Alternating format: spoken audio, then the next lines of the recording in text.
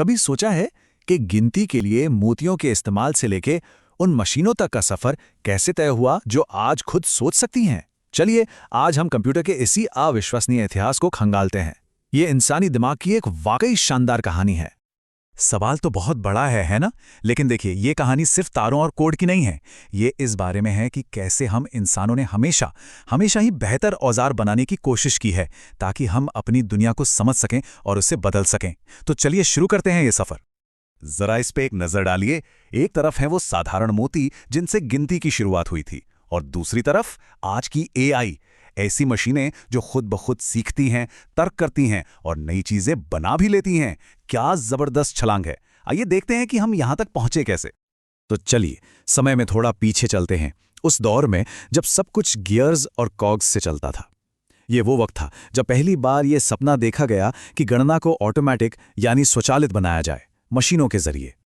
तो शुरुआत हुई पास्कल के एक साधारण से कैलकुलेटर से। फिर लाइबनिट्ज़ ने उसे थोड़ा और बेहतर बनाया। लेकिन असली गेम चेंजर था जैकवार्ड लूम। ये मशीन सिर्फ हिसाब नहीं कर रही थी, ये पंच्ड कार्ड से निर्देश पढ़ रही थी। यहीं से सही मायने में प्रोग्रामिंग का आइडिया पैदा हुआ। और इसी आइडिया ने चार्ल्स बैबेज को प्रेरित किया, जिन्हें हम फादर ऑफ कंप्यूटर भी कहते हैं। उनका एनालिटिकल इंजन असल में एक सपना था, एक ऐसा डिजाइन जिसमें आज के कंप्यूटर के सारे हिस्से मौजूद थे। अफसोस, ये उनके जीते जी कभी बन नहीं पाया, पर यह भविष्य का एक ब्लूप्रिंट जरूर था।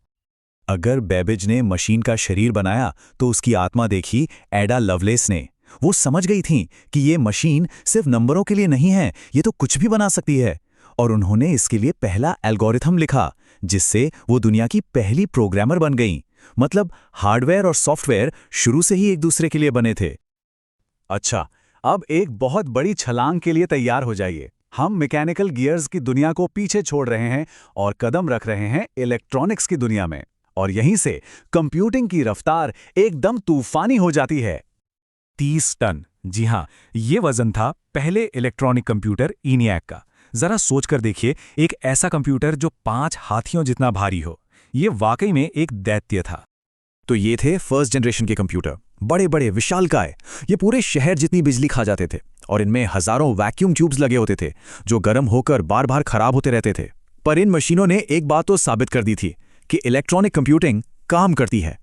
तो फिर सवाल ये उठता है कि हम इन कमरे जितने बड़े दैत्यों से उन डिवाइसेस तक कैसे पहुंचे जो आज हमारी जेब में समा जाते हैं। इसकी कहानी शुरू होती है एक छोटे से आविष्कार से, जिसने सब कुछ बदल कर रख दिया। और वो जवाब है ट्रांजिस्टर। इस छोटे से चमत्कार ने उन गर्म, अविश्वसनीय वैक्यूम ट्यूब्स को रिटायर कर दिया, और समझिए कि पूरा खेल ही पलट दिया। कंप्यूटर अचानक छोटे हो गए, तेज हो गए, सस्ते हो गए और कहीं ज्यादा भरोसेमंद भी। ये एक असली क्रांति थी। और इसके बाद तो रफ्तार बस बढ़ती ही चली गई। ट्रांजिस्टर से हम पहुंचे इंटीग्रेटेड सर्किट पर, जहां हजारों ट्रांजिस्टर्स एक छोटी सी चिप पर आ गए। और फिर 1971 में वो जादुई चीज आई, माइक्रो प्रोसेसर। मतलब एक ही चिप पर पूरे कंप्यूटर का दिमाग। खेल हमेशा हमेशा के लिए बदल चुका था। वो माइक्रो प्रोसेसर ही वो चिंगारी थी जिसने पर्सनल कंप्यूटर की क्रांति को जन्म दिया। अचानक कंप्यूटर सिर्फ वैज्ञानिकों और बड़ी बड़ी कंपनियों की चीज नहीं रहे, वो हमारे घरों में, हमारी मेज पर आने लगे थे। यही थी पर्सनल कंप्यूटर क्रांति। ये दशक तो एक रेस जैसा था।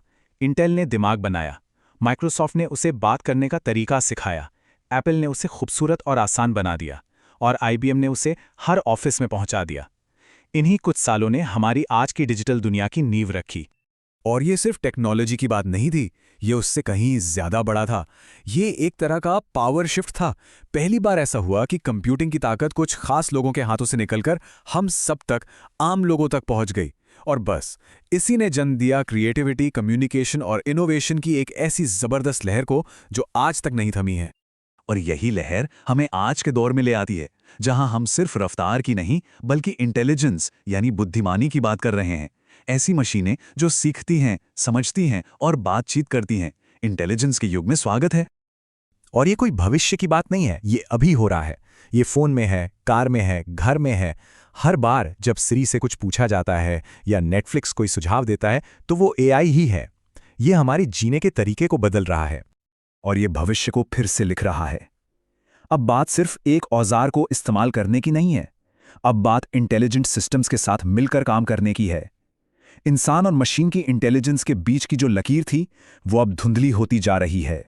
बिल गेट्स ने एक बार कहा था, कंप्यूटर का जन्म उन समस्याओं को हल करने के लिए हुआ था जो पहले मौजूद ही नहीं थी। एबैकस से लेकर एआई तक का ये सफर इंसानी जिज्ञासा और उसकी सोच की ताकत का सबूत है। और ये कहानी अभी खत्म नहीं हुई है, ये तो बस शुरू हो रही है। अगला चैप्टर क्या होगा, ये देखना बाकी है।